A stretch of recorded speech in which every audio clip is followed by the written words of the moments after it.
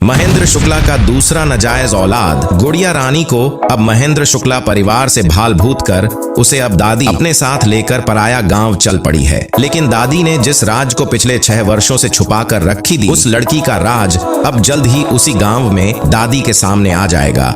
और जो राज भालू ने बताया था वो राज अब 100% सही हो जाएगा, क्योंकि एक इंसान झूठ बोल सकता है लेकिन एक पक्षी और जानवर का बताया हुआ राज कभी असत्य नहीं हो सकता है। इसलिए जब दादी गुड़िया को अपने साथ लेकर पहुंचेगी तभी दादी के हाथ से लगकर वो बक्सा नीचे गिर जाएगा और वो अपने आप जब खुलता है तो उसमें कुछ कपड़े और पीतल के लोटियां और लॉकेट रहता है, जो कि 6 वर्ष पहले ही वो सब गुड़िया को दिया गया था। लेकिन वो सब कुछ दादी देखकर अब समझ जाएगी कि महेंद्र शुक्ला का नाजायज औलाद कोई और नहीं बल्कि गुड़िया ही है। लेकिन जब गुड़िया को उस बक्से पर नजर पड़ता है तो गुड़िया जाकर उस सारे सामान को संभालते हुए कहती है कि आपको पता है ये बक्सा हम कभी किसी को नहीं खोलने देती हूँ, और जब भी मुझसे कोई पूछता है तो मैं उनको बता देती हूँ कि जरूर इसमें कोई कीमती चीजें हैं। वही अब गुड़िया वो लॉकेट उठाकर दादी को दिखाने लगती है। लेकिन अब ये सच दादी के आगे आ चुका है, मगर आगे देखना दिलचस्प होगा कि दादी अब गुड़िया के साथ क्या करती हैं।